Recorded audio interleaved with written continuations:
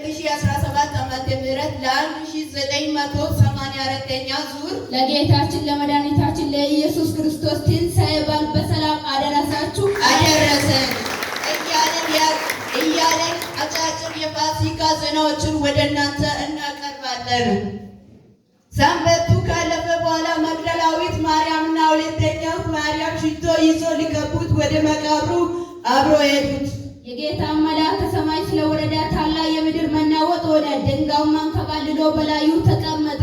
መልአክም እንደ መብረቅ ልብስ እንደ በረዶ ነጭ ስለነበረ እጅግ ፈሩት። ጠባቂዎቹን እርሱን ከመፍራት የተነሳ ተናወጡ፣ እንደ ሞተም ሰው ሆነ። ወደ መቃብሩ ገብቶ ነጭ ልብስ የተጎናጸፈ ጎልማሳ በቀኝ በኩል ተቀምጦ አየውና ከልክ በላይ ደነገጡ። እንደተናገረ የናዝሬቱ ኢየሱስ ተነስቷል፣ በዚህም የለም፣ ኑ የተኙበትን ስፍራ እዩ፣ እዚህም የለም አለ። ፍጠናችሁና ሂዱ፣ ከሙታን ተነሳ እና ወደ ገሊላ ይቀድማችኋል፣ በዚህም ታዩታላችሁ ብላችሁ ለደቀ መዛሙርት ንገራቸው አላቸው። በታላቅ ፍርሃትና በደስታም ፈጥነው ከመቃብሩ ለደቀ መዛሙርቱ ሊያወሩት ሮጠው ሄዱት።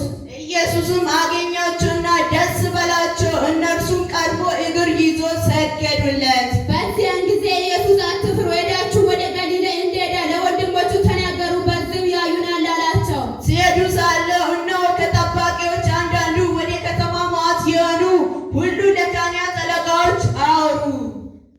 ከሽማግሌዎቹ ጋር ተሰባስበው ተመካክሮ ለጭፈሮቹም ብዙ ገንዘብ ሰጥቶ እኛ ተኝተን ሳለ ደቀ መዛሙርቱ መጥቶ ሰረቁት በሉት አሉ።